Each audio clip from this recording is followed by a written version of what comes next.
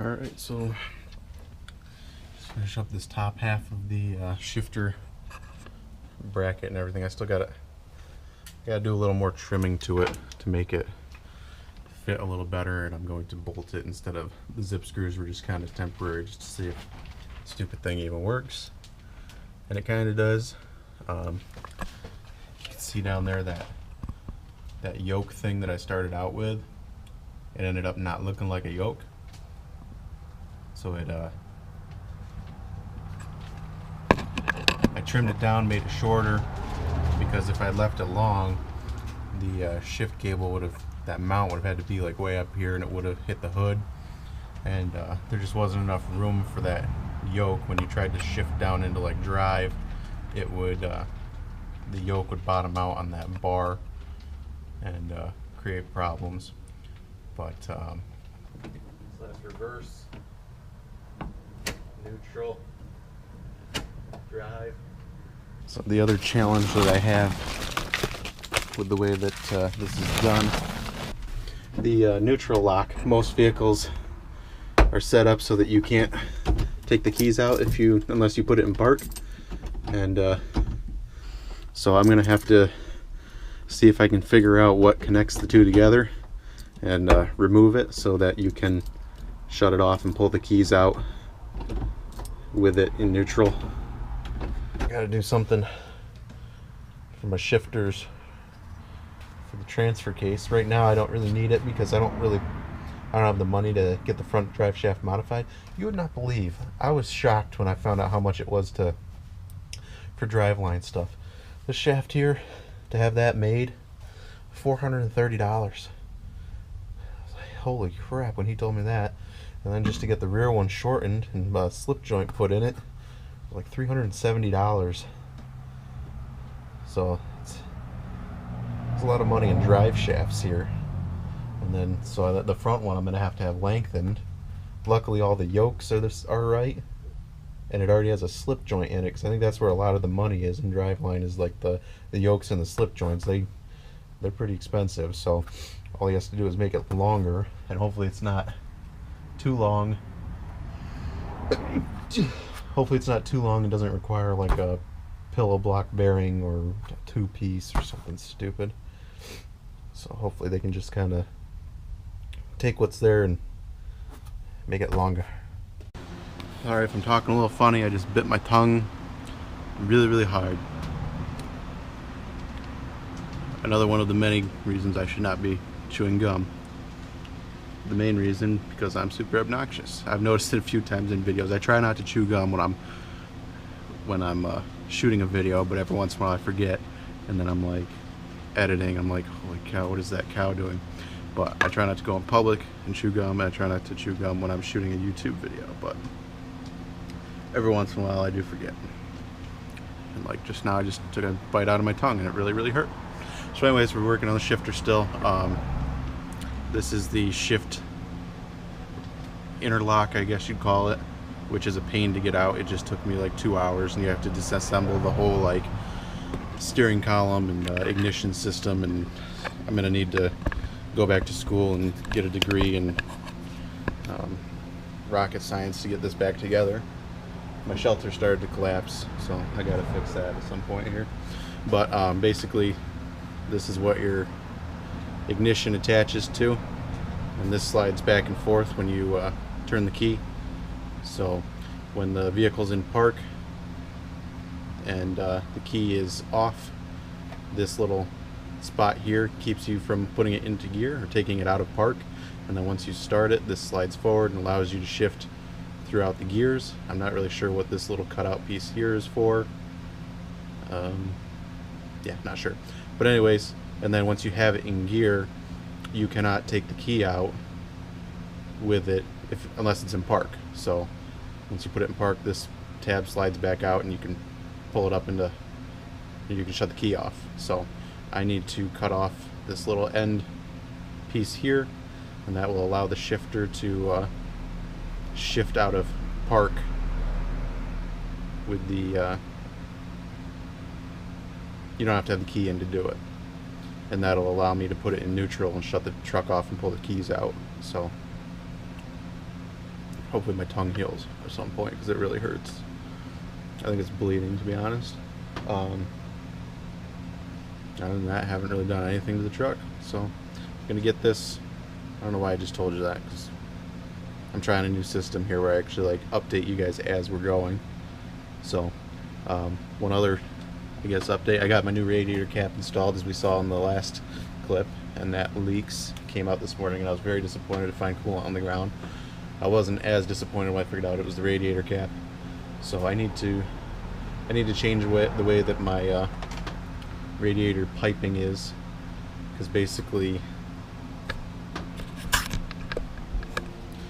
the way that I have it now, this line here is on the pressure side. So as it gets warmer out and pressure builds in the cooling system, pressure is building between the two sections of the cap. And this top section, even though it's got a rubber seal,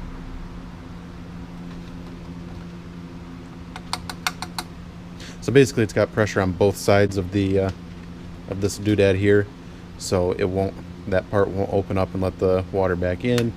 And that little rubber seal, I guess, isn't enough to actually seal the system once you get a little bit of pressure in there. So coolant, oh crap, another flaw with my system. I loosened the cap so I wouldn't lose any coolant, and when I opened this, anyways, there's lots of flaws with the system. But anyways, so I need to readjust this, and I'll probably just make this, instead of going over to the reservoir, it'll just drop down and go nowhere, and then I'll just block it off on the reservoir over there. So I guess I'll show you what the thing doodad in here looks like. So I had this all apart right after I bought the truck because the ignition didn't work right. You had to like grab the rod here. This is the rod that actually goes to your ignition switch. So if I had the batteries hooked up, I could start it with that rod. Just a tip for anyone out there that wants to steal one of these old trucks: just cut the rod and push it forward and you'll be able to start it. So anyways, this goes like inside of there, and I should have remembered, because I replaced this switch here, so I should have remembered how all this like came apart, but I didn't. And I ended up taking apart a few more things than I really needed to get to where I was going. But you know, and then like pieces are like falling out and hitting the floor pan, and I have no idea what they even are, where they go. So this should be a fun mess to put back together, but we'll figure it out, hopefully. So yeah, I'm going to trim that down and put it back in, and then we should be able to shift from park without the key in there. Alright guys, so conditions are worsening out here. It's a freaking windstorm, and wind's been blowing constantly all night long, tearing my Fortress to shreds. This thing's full. Oh gosh, now I really did it. Fixed it. I had a bucket hanging from a bungee cord here. The bucket is completely gone. I don't even know what happened to it. But anyways, enough about me. But if you hear that in the background, that's what that is. The wind is blowing around my garage in a box. I'm actually wearing a Carhartt. Like that's how bad conditions are here.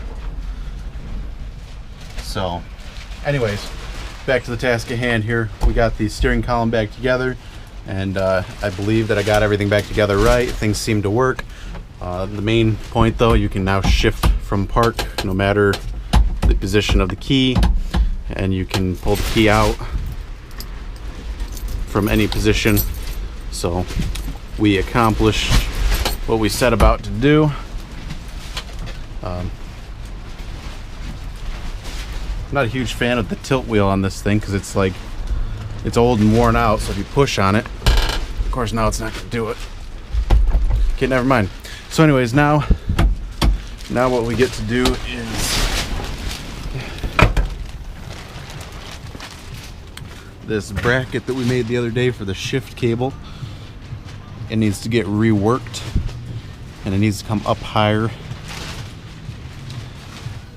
I mean, you can kind of tell how high it's got to come up because that's the transmission. It's currently in reverse, so we got to bring it up a good 1.5 inches, and hopefully that doesn't cause the cable to interfere with the hood. Alright guys, just put the finishing touches on the shift bracket. I ended up having to cut it, make a little bit of an extension to get it up higher and out further. Am I even filming? Oh, okay, there it is. But anyways, not a huge fan of that, but you know, it is what it is. Sometimes you gotta do that kind of stuff. So anyways, now we no longer have a park, so all the way up is reverse, and then neutral, drive, 3, 2, 1. So it's getting a full range of motion now. So the shifter is now done. I just gotta pull that bracket back off and clean it. Why did I say clean it? Paint it, and then shifter will be good to go. Now when I put the gauge cluster back in, I'll just have to figure out, see if I can take apart the gear indicator and get rid of the park and kind of spread the rest of them out maybe. I don't know. That way you actually know what gear you have it in when you're driving around. So that's about all I've accomplished in the past 3 weeks.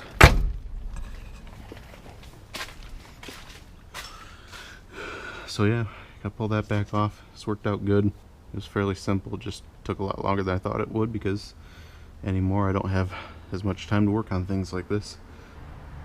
But we'll get it done.